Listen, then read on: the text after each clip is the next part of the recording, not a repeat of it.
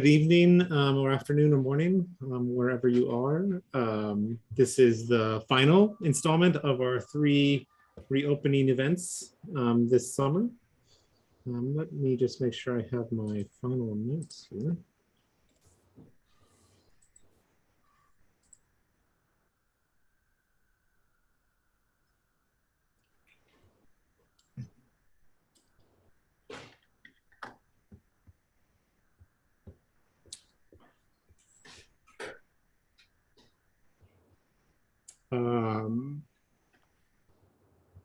My name is Jeffry Burchard. I'm an architect. I'm the curator and the host of this series, which the Boston Society for Architecture and Design has been so generous in supporting. Thanks to Caitlin Hart and Billy Craig at the BSA for all of your diligent effort in getting this rolling. As was the case last summer when we ran this series, this series introduces architecture that is right on the precipice of either finishing, completing design or construction, or has just been completed. In this idea, we present architecture and discuss buildings that have some room still to either alter or change or otherwise modify the design or our understanding of the design. The architecture is all fresh and new to a lot of faces. This summer, we're focusing on looking at new architecture in existing buildings. Thus, we're looking at buildings that used to be open that are reopening, or we're looking into reopening the questions of existing buildings. In some cases, I think you'll see tonight some reopening up of some existing buildings. We had 2 previous installments. The first week we discussed with Design Lab and Machado Silvetti. Last week we discussed with Studio Gang and Millions. This week we're joined by the principals and founding partners of Dallman Studio and of Kripper Studio. Thank you so much for joining us. Grace Law and James Dallman are the founding partners and principals of Dallman, whose work explores architecture as transformed site. And reshaping the raw materials of found and abstracted landscape in projects of diverse scale and type. At least that's what your website says. So it must be true. Amir Kripper is the founding partner and principal of Kripper Studio.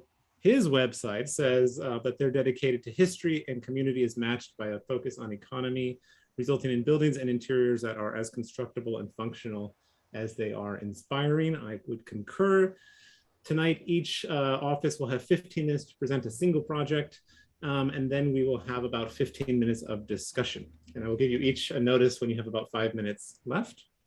For anyone tuning in live, thank you so much for joining us. This is also recorded and will be available for posterity as long as the internet lasts. Please note there's a Q&A feature available on Zoom in which you can pose questions, and we will definitely try to answer them in the Q&A. Grace and James, you can go first, and then followed by Amir. So you can go ahead and share your screen, and we'll see. My face will show up again after the presentations.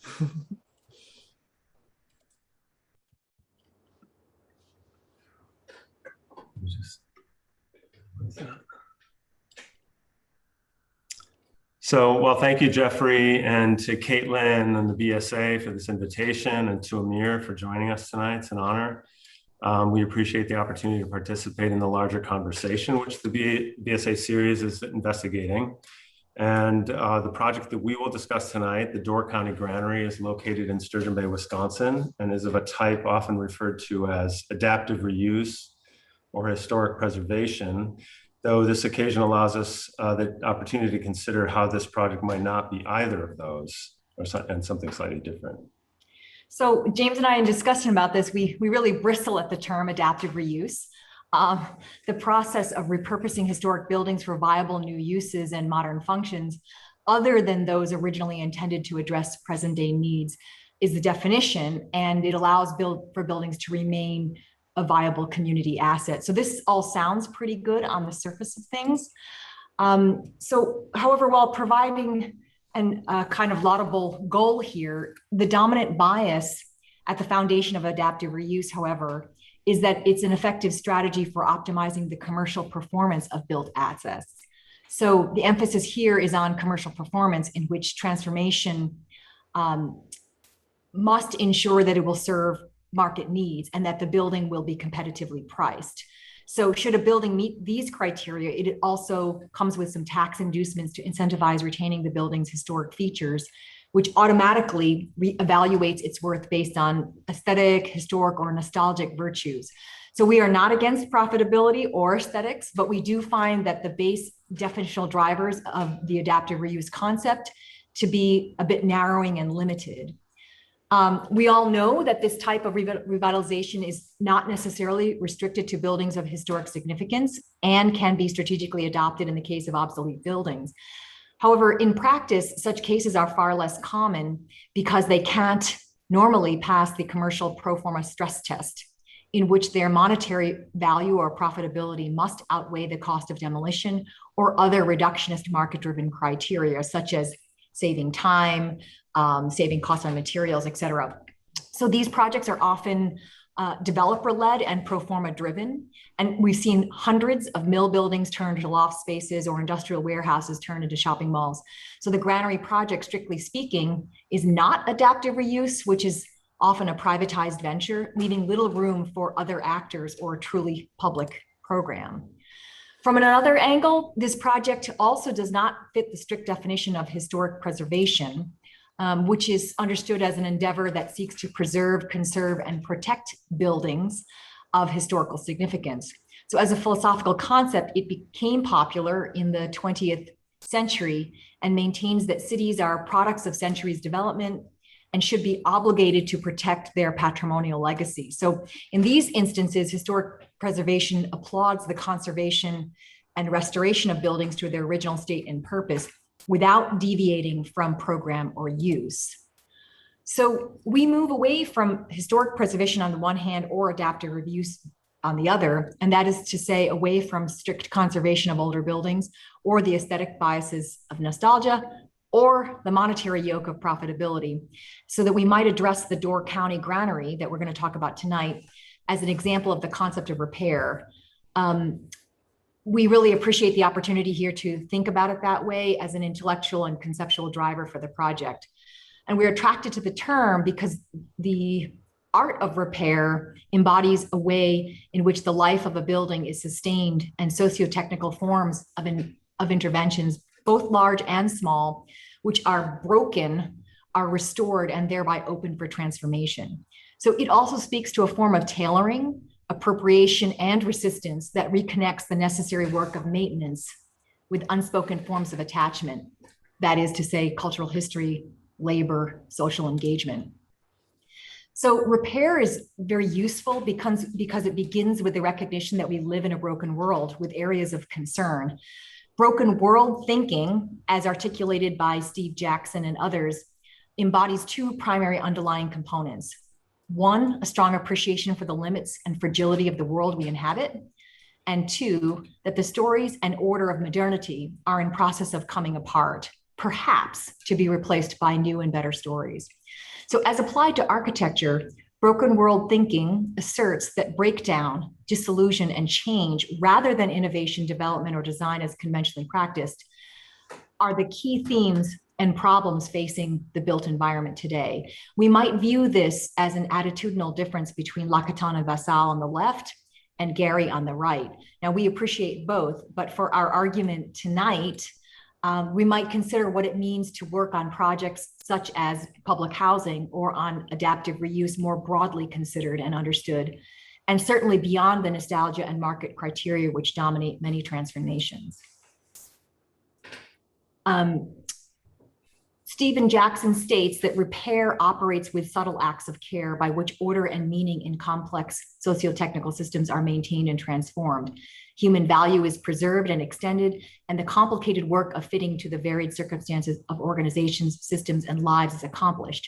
Repair in this connotation has a literal and material dimension, and in architecture is surgical in nature and exposes a constant process of fixing and reinvention, reconfiguring and reassembling into new combinations and new possibilities.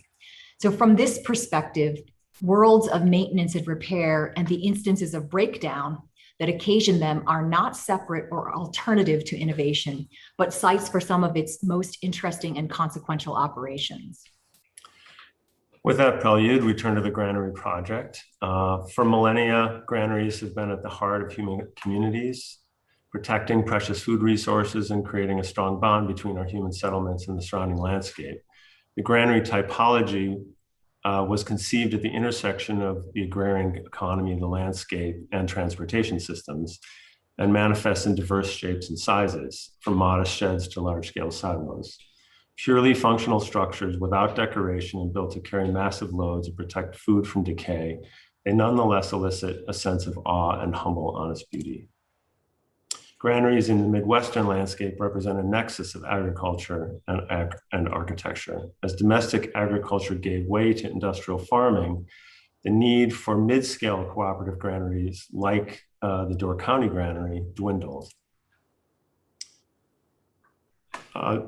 Granaries at the beginning of the 20th century in the Midwest were built of readily available wood from old growth forests and integrated the latest mechanical technology, resulting in the iconic small house on top of a big house that once proliferated across the Midwestern landscape, in particular around the rim of the Great Lakes. The Door County Granary, shown here, was built in 1901 and was decommissioned by the 1960s and sitting idle ever since. Our work on this granary transformation, to be sure, is possible because it is not required to meet the lowest common denominator standards of adaptive reuse or historic preservation because of its particular listing with the National Register of Historic Places, and as well as its stewardship by a nonprofit organization. So it did not have to meet needs of profit making and typical market forces. Cited at the nexus of what in 1901 was a recently opened shipping canal connecting the Green Bay to Lake Michigan, and a network of regional rail service, this protected harbor had a strategic advantage connecting local agriculture with ports throughout the Great Lakes.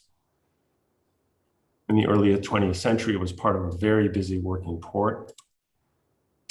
The structure itself was robustly fabricated from 125,000 board feet of lumber and housed state-of-the-art technology for weighing, storing, and distributing agricultural products for both small farmers and distributors. And it was part of an ensemble of buildings constructed on filled lake bed that evolved over time with changes in technology in the marketplace. Built for purely practical purposes, the granary nonetheless had a majestic profile against the silhouette of Sturgeon Bay. An extraordinary interior shrouded in a heroic silhouette standing over 75 feet tall. With mid-century advancements in transportation infrastructure and the proliferation of more robust and fireproof concrete silos that emerged in the early 20th century, the Toulouse and Brandeis Granary, which later became known as the Door County Granary, became obsolete and fell into neglect. But despite the decrepit nature of its appearance on the exterior, this example of an interior construction, not of our granary, but another similar granary built at the same time, shows this almost indestructible internal structure of stacked timber bins. This construction of the building's midsection of this bin construction is so sound that even in the process of demolition of another example, the midsection can essentially cantilever the entire structure off of one end. So just as the Door County Granary was ordered to be demolished, the community sprang into action to save the structure and successfully applied, as James mentioned, for a listing on the National Register of Historic Places. It's important to note, however, that this building is not listed as an architectural jewel. It's considered an astylistic utilitarian form and is significant for its association with the firm of Toulouse and Brandeis, which owned and operated the elevator from 1901 to 1953. The company, Okay, the company was most important and innovative firm in Sturgeon Bay, and this elevator is now the sole remaining historic resource. So it's ironic that this more limited designation has allowed us to intervene in a more radical manner under the term rehabilitation, which carries with it fewer limitations under the guidelines of the Department of Interior than, let's say, restoration or reconstruction. So to avoid demolition, recognizing the value of its robust wood construction and facing development pressures on the waterfront site, the structure was actually moved and stored off-site temporarily. And in the meantime, a legal battle ensued to prohibit development on the site, and which was in fact won. Let's see here, stop this. Okay. So with this strong community and philanthropic backing, the project team established a new vision for the Door County Granary, hoping to transform it into a civic destination. The exterior will be reclad and new spaces will be created for community gatherings, supported by a new addition. And as James described, in the interior, the columnar grid of the ground floor originally housed the work and distribution space. The midsection comprised the 20 stacked wood bins, which stored the grain. And above that, the elevator machinery and distribution chutes were positioned in a head house. So this columnar grid of the ground floor forms a hypostyle hall, which will remain largely intact and conducive for flexible gathering space.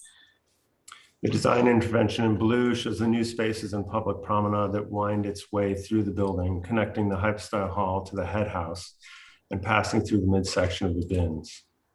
In these sketches, we studied the ways in which to carve through the bins and create a more intimate gathering space at the bin level. This choreographed interior walkway will lead visitors through the bin from bottom to the top of the building, and the bins themselves will be illuminated with natural and artificial light to animate the material texture and make the cellular volumes more legible. In cross-section, you can see the sequence, the new path winding its way through the matrix of grain bins and delivering visitors to spaces carved for gathering and performance. Intersection of new stairs and walkways cuts through the plan to reveal the bins as gallery spaces, which will be curated with artifacts of agrarian history. Studies of new promenade and intimate gathering space carved from the midsection of the building. And the resulting ovoid shape is made distinct from the foreground to highlight its status as an intervention. Sequence of new space and circulation, allowing the existing building to remain intact while capitalizing on the over-structured bin walls, which no longer carry the load they once did. In this sense, the design operates as both additive and subtractive. The surgery culminates in a head house, which is reclad with translucent material into a glowing eyrie, offering vertiginous glimpses through the bins and to the panoramic views beyond of the harbor, which is still a busy working harbor, Sturgeon Bay and Door County beyond. So like to position this project disciplinarily, it's helpful to return to repair thinking as coined by Jackson, which is likely more relevant now than ever before, given the global crisis that we face today. However, it's really not new in design practice. Acts of repair are pre-pandemic and embody reconstitution as ancient as the viaducts and the many forms of infrastructure that have evolved. Repair thinking as a distinct epistemology is compelling because it places the emphasis on connecting threads, mending holes, and amplifying voices. Because as Jackson, among other notables argue, fixers know and see different things, indeed different worlds, than the better known figures of designers. So we propose the tactics of repair, which extend this emerging discourse. Repair is specific, and by that we mean it's totally non-generic. Tolstoy reminds us in the opening lines of Anna Karenina that all families, happy families are alike, and all unhappy families are broken in their own way. It also connects deep histories of site and very specific places, integrating unique identities. So it's both bottom up and top down. It's deeply improvisational. It requires adaptation and improvisation as the method of design process, repurposes everything that it can, program and materials, yet it's not afraid of breaking further as necessary, to take it apart and even to discard is as valuable as to put back together. And it is not nostalgic. It does not romanticize degradation and decay. Also, it is civic. It should not require profitability as the primary measure of its value. Repair certainly extends the use value of the building, but it is shaped by civic engagement and collective potential. It is open to new actors and new motivations. And then finally, it is authorial. It may be episodic, it contains smaller interventions, but that's not a license for incoherence. So it does not eschew the potential of an authorial voice and rather actively cultivates its distinct relational identity. So this Granary project has been super fascinating for us because it offers this expanded framework for thinking about what it means to rehabilitate a building and to celebrate its history. Thank you. Turning it over to Amir. Thank you so much. Thank you, Grace and James. Hey, Amir, all yours. All right. Clay, there you are. Well, thank you so much for the invitation, Jeff. And I'm really honored to be here tonight with Grace and James presenting tonight. I'd like to start to think about the word openings and reopening, that it's a term that I really like. Beyond the opening of a particular building, I'd like to share some thoughts about another kind of opening. I'd like to share a more personal approach on the subject, which is finding an opening within the architectural field. Today, our profession is overcrowded with too many flashy images and little context. I love this, start with this image from Steinberg, the celebrated cartoonist and artist from the New Yorker, which, by the way, studied architecture in Milan before immigrating to the US and escaping the Nazis. I found fascinating this idea of creating our own context, our own world, sometimes our own maze, based on our own situation, constraints, preferences, and beliefs. In other words, designing our own world. Also, I love the minimalistic approach, the single line that uses only the minimal amount of information needed to convey the strongest message. My attraction to his work comes from the power of storytelling while using minimal resources. And I believe that it has something, it's a common theme in our work, and perhaps is related to the fact that I grew up in South America and Uruguay, where resources are limited. The second thought, it's about the subject. And I'd like to bring the famous series of the Campbell soup by Andy Warhol. And the idea here is that the Campbell soup is perhaps the most common and banal object that can be subject matter. The emergence of the pop art in the 60s was a pivotal point on understanding that any object can be a subject of art. And since I'll be presenting tonight a dispensary of all building types, I figured this note was relevant. The other reference I want to bring up is this image from Hopper from 1928. The woman near the window is, in spite of the late hour, starkly exposed by an unwavering electric light. With its mix of light and dark, display and concealment, it follows a theme on Hopper's from the 20s and 30s, which is telling half the story. Part of its power, though, is what it leaves to imagination. The action is withheld, blocked out by masonry. Who is on the bed? What is the woman bending towards? These windows function as apertures that offer only glimpses of a story. But let me give you a little bit of, it's funny that I'm starting also with an image from Gary, like Grace and James also started as a point of reference. This wasn't coordinated, by the way, but when I was in grad school, still you could hear the appeal of the Bilbao effect. In fact, there was an option studio to design a new Guggenheim museum that was pretty popular. So that was one of data point. The other one building that recently finished when I was in grad school was the Casa Música from Rem Koolhaas in Porto.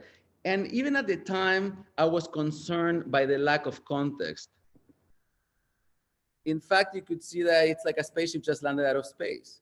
So looking back and connecting the dots as Steve Jobs famously said, it makes sense that actually I went to work for Jorge and Rodolfo. And I was really fortunate to work in really interesting projects. Obviously, we overlap with Jeff. And I was drawn by Rodolfo and Jorge's understanding of existing buildings as an opportunity to design and establish a new dialogue between the old and the new. In this project for the Chazen Museum of Art in Madison, Wisconsin, it involves an addition to an existing building from the 60s designed by Harry Weiss. The new bridge that you see in the back connects the old and the new, and you could see a new stonework that reinterprets the coursework in a new contemporary way. The detailing and craftsmanship are impressive, and it's something I also was very interested in exploring. When I started my own office, we were fortunate to work in another Buralist building, also from the 60s, next to Government Center, downtown in Boston, that was in desperate need of updates as old traditional law firms left and new high-tech tenants moved in. So we had, like in many of these projects, a very low budget, and we decided to be very strategic of how to allocate resources. So we said, you know what, we're gonna use all the resources for the floors and walls. The ceilings will remain. And we came up with a very minimal strategy of using, besides the terrazzo flooring, two kind of panelings, like an A and B arrangement. And by shifting them, playing with light devices, we were able to have a pretty dramatic effect.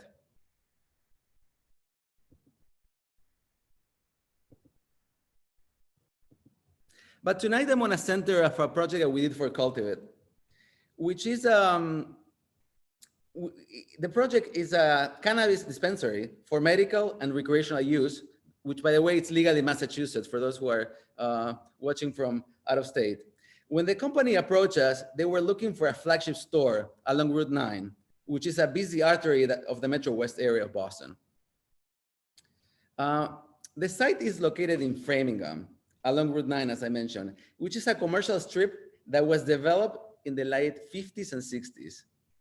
Interestingly enough, while doing research of this, it reminded me of a more iconic commercial strip from the 60s. Las Vegas. It has an interesting resemblance that I wasn't thinking at the time when I first visited the site, but it became very clear that the work of Venturi and Scott Brown was very relevant, as they understood these vernacular buildings. They could perform as signs in that vernacular way.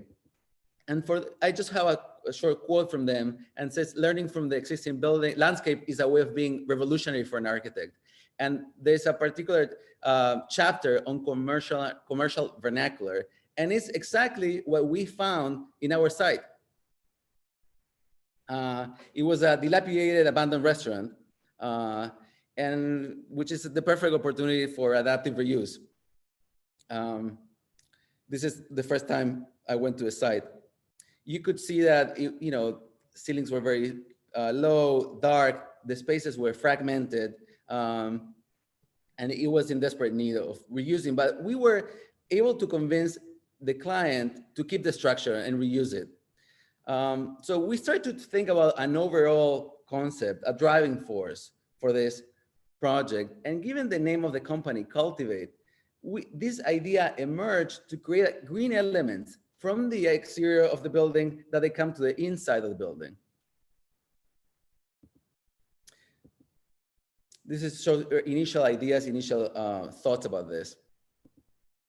And you could see how this green accent, they started to emerge, and the windows also get this treatment. This idea of a planted wall and custom shelf, the idea of planting became the driving force. The layout was kept very simple, as the idea was to navigate this as easy as possible. We create an area for private consultations, and this is also a medical facility. Interestingly enough, building officials were confused on how to consider this from the building type, because this was early on. So they didn't know in terms of the building classification, is it commercial, do they serve food, is it a restaurant, what is it?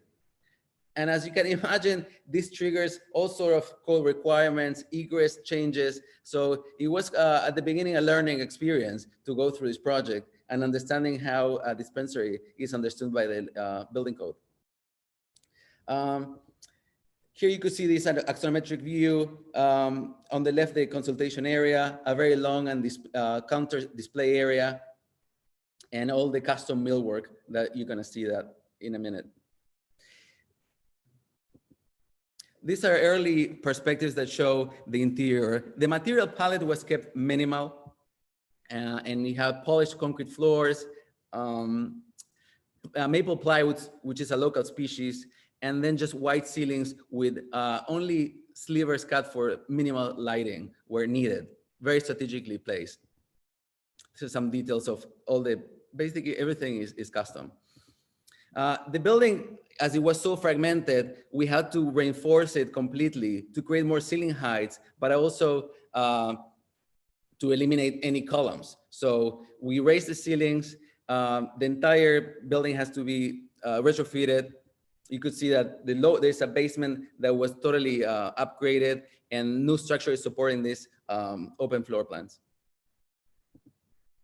As construction evolves, you start to see, framing, and gives you an idea of the interiors. This is a few weeks later, sheetrocking, installation of millwork.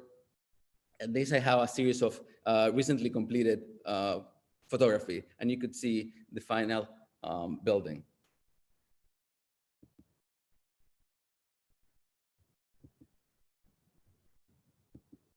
This is the exterior cladding during construction, and this is the final images.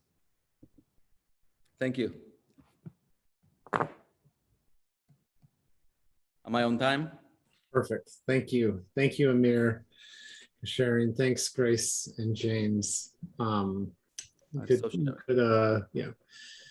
All right. I want to first just thank both of you for offering up some foundational platforms or theories, if you will, a conceptual basis for the way you're thinking about existing buildings. I think we don't have enough of that in architecture today. We need more of that kind of thinking about, real critical thinking about existing buildings and how we add new architecture into them. I'm struck by the projects are very different. They have some things, I suppose, that we could draw connections to. I don't want to force that too much, but I wonder if you could each talk about who and how is it decided what's valuable to keep versus what can go away. And Grace and James, you outlined basically a space, you call it repair, that somehow seems to give you more discretion as the authors of the architecture, as opposed to the lowest common denominator that you pointed out.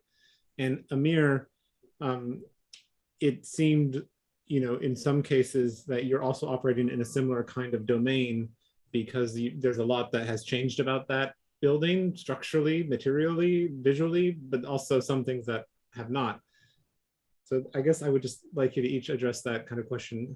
Who and how do decisions about what it needs, what is kept?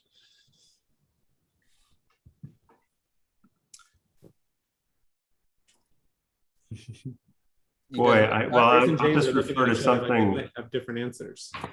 Something Amir pointed out about which I find fascinating, the notion of building code and addressing code compliance as a realm unto itself that can push back on and sometimes be made use of to drive a project, to help develop its logic, to help support a logic with your client, for instance.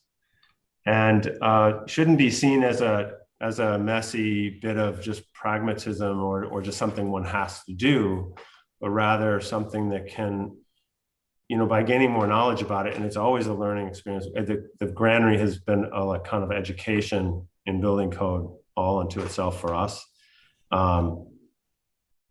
and finding the right fit for certain decisions within the building code.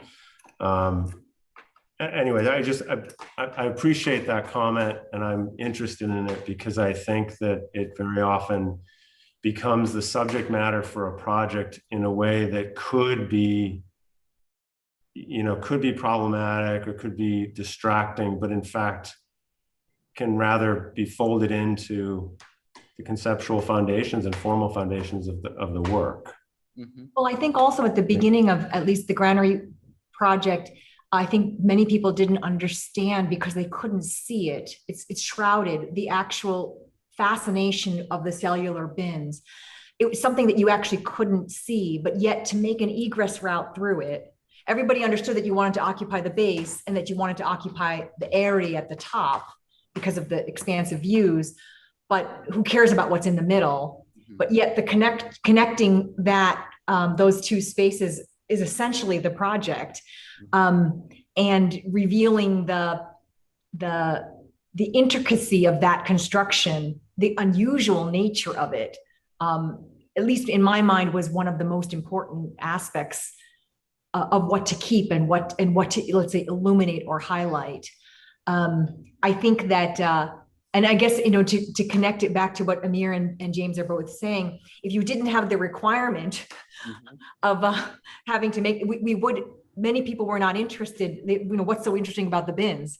Mm-hmm. Until we demonstrated that, in fact, that is the most interesting thing, to cut through this intense matrix of this tissue of the building.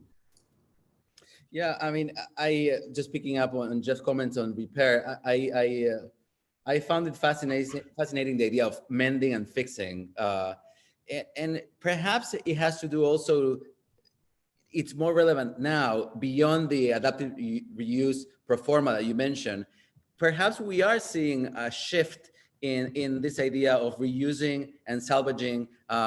Also, I think we're more conscious about waste, the amount of waste that the building industry produces, and being more mindful that, we have, and this, I'm trying to connect with your question, Jeff, that how much we save. I would say we save as much as we can.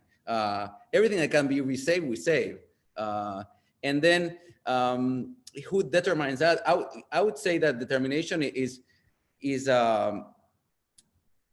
I would say that we try to push the boundaries of what can be saved to the fullest extent. Obviously you don't want to compromise the building, but we try to push it on that level. Like in this case, the entire footprint is saved, and then the walls, but as we raised, and it's a much higher building, then we had to retrofit it, as I explained. But going back to the repair term, I think this idea of mending, there is some, I can sense it, that it's I'm not sure if to call it a new movement, but yes, there is something about this going beyond the traditional adaptive reuse of this pro forma of only the minimal savings by that there is something more, I want to say deeper, about mending and being mindful of the environment and the waste that we produce, and we have some responsibility.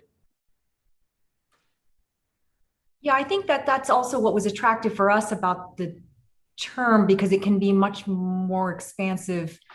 And also it's been interesting to witness when Lacatana and Vassal won the Pritzker Prize recently. I don't think they would have won 10 years ago. They wouldn't have been honored. And so I do believe that we are all, after what we've been through this past year and a half too, we are all extremely mindful of our connections to social history, to one another, and to future writ large in a much more globally expansive way that has real impact and influence for the future. And the environment, right? I mean, it's like, I feel that at this moment in life, it's not just like in theory, we're thinking about climate change. It's not something, I mean, this is something that we see every day. And then there is a timely constraint, we want to act now. So this is not an exercise for long-term planning. This is not 20 years capital planning. This is something that it's immediate, necessary now. So that kind of need, I think, it's very current. Also, when I was bringing up these examples, either from the Koolhaas or Gary, for the most part, my concern is about also something that I'm very mindful is context, physical context, cultural context, and also I think both projects touch upon that. I think one thing that we're seeing, and I really appreciate what you're saying in these two particular projects, because I don't think they both, even though I don't think they both either of them defaults to the two lowest common denominator situations of preservation and pro forma, as Grace pointed out, even though we can still understand that both have to fulfill some kind of pro forma, and they're both preserving some portion of their building. And I think we're going to see, as we're seeing in your projects, more and more room to operate when an architect uses an existing building. And I often think that existing buildings should be seen as usually very generous. And sometimes, in order to take advantage of the generosity of an existing building, we have options to either sort of reinforce its original depiction or use, or to transform it to give it a new life that otherwise wasn't expected. I think you've both done that with the projects. And I want to jump to this other term, the authorial, that Grace, you brought up. And I wonder if you could each speak to that point a bit. It's a great point. It's an absolute necessary conversation, because architects, I think, architects don't need things, but architects want to be designers. They want to, put a certain mark, and we have certain ideas about the way buildings should look and operate. And existing buildings sometimes are seen as resistant to those. Mm-hmm. And I'm saying they're generous, actually, actors in this game. And I wonder if you could just speak to your projects a bit about what is sort of the most authored part, maybe, of it. Well, I might just start by reiterating that,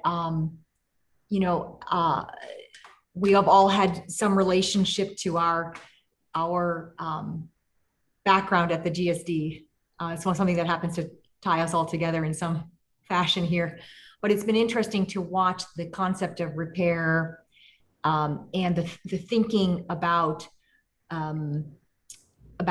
authorship in relationship to that, because I believe this is obviously in the air.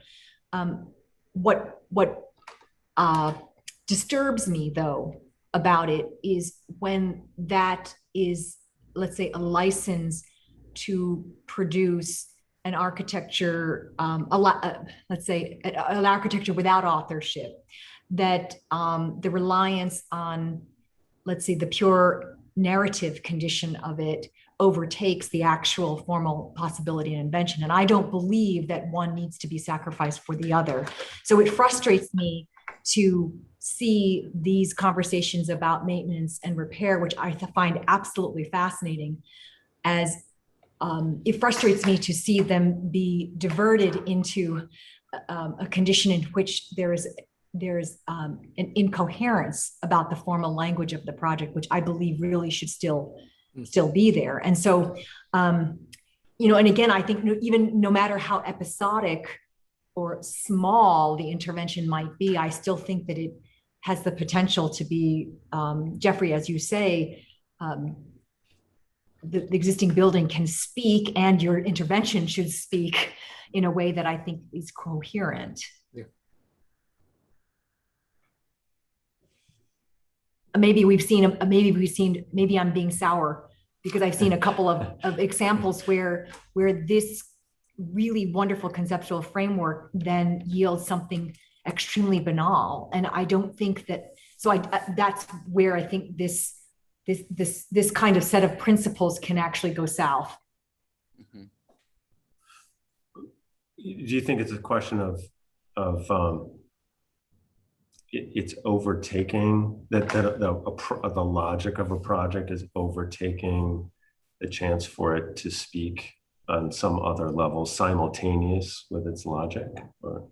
Yes, I think so. Yeah, and I guess I'm also looking for a condition of hybridity in which the hybridity forms something that is actually more potent than I'm looking for 1 + 1 = 5, not 1 + 1 = 0. Mhm. And I think, just working with the existing buildings, beyond being a constraint, actually gives you much more, many more tools to do that, because you have already a setup where, in terms of authorship, that you can position yourself and establish a dialogue with the old and create your own narrative about it. So in a way, the staging of it gives you more leeway to create that new, sum, as you're saying, and have a more, yeah. Very direct question. Why did you have to make your building approximately 4.5 feet taller? The idea was to create a stronger presence along Route 9. There was an existing like sign that we wrap it up and we use that as a datum, and you say, hey, this is already there. Yeah, there was this piece that was taller at the front. Yes. Yeah. So we say, let's go to that point and use that as a data point to raise the entire building there.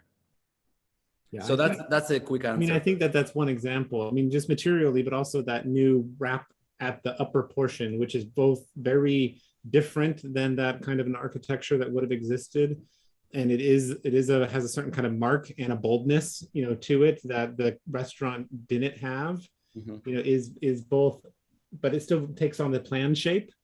It still sits back from the street the way that the building had. There's in that moment, I think this kind of question of the authorship, you give coherence to a form that otherwise didn't have any. And actually, I think Grace and James, you're doing the opposite, not taking away the coherence, but you're revealing the meaning of the original building by actually getting people into and chopping up the grain bins, right? So as you said, they were previously hidden. No one really understood what the shape of that building was all about. The shape of the building is still maintained on the exterior, but now actually by kind of cutting through in these very exciting Boolean, cuts and slices and spaces, you're actually now getting people a way to appreciate the integrity of the very thing that you're cutting up. It's quite exciting to sort of see different approaches to how you might add or subtract from an existing building in order to introduce another level of authorship and another level of coherence. Just picking up on the extrusion of the building. Also, I was interested in reusing a material palette that was present in the commercial vernacular. This idea of using, this is not using any, fancy, titanium panels. These are, the most banal metal cladding that you can find, but in a way that with the detailing of this, having mitered corners, having two type of paneling, a wider at the base, a much more thinner on top, and by detailing this in a much more precise way, having a much more elegant building, but using basically the ingredients of any other commercial building in the neighborhood. That was something that also was an additional layer of constraint that I was interested in. Not to use different materials, but use the same ingredients as any other commercial building along the strip, but in a way that has not been done before. Mm-hmm.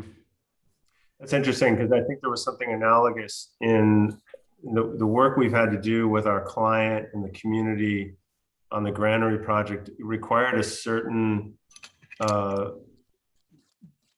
reserve, like not too ostentatious. It couldn't be too glaring that we were doing too much to the structure.